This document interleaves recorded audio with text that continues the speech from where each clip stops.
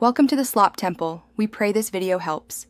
You start by opening Real Racing 3 and heading straight to Settings, Controls. You must pick the exact car and control layout you drive with now. This ensures changes apply correctly. Once done, switch to the control type you normally use, tilt or touch, because brake behavior ties to that mode. You will access the brake options next, so make sure to pause races and back up any key bindings mentally. This first step prevents surprises when you change auto brake behavior. You now locate the auto brake or assisted braking toggle in the control menu and switch it off.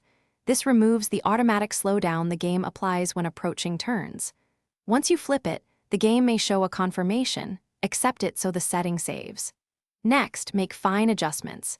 Change brake sensitivity or reassign a specific brake input if the layout allows, because manual braking responsiveness matters. After that, test briefly in a low-stakes race to feel the difference and refine sensitivity.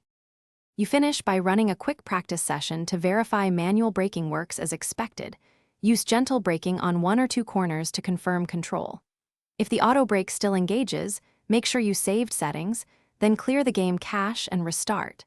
Sometimes cached settings override changes. If that fails, reset controls to default and repeat the disable step, and finally contact EA/Real Racing support. One troubleshooting tip: reinstalling the app often resolves persistent settings bugs. Thanks for watching. Consider subscribing if we helped you.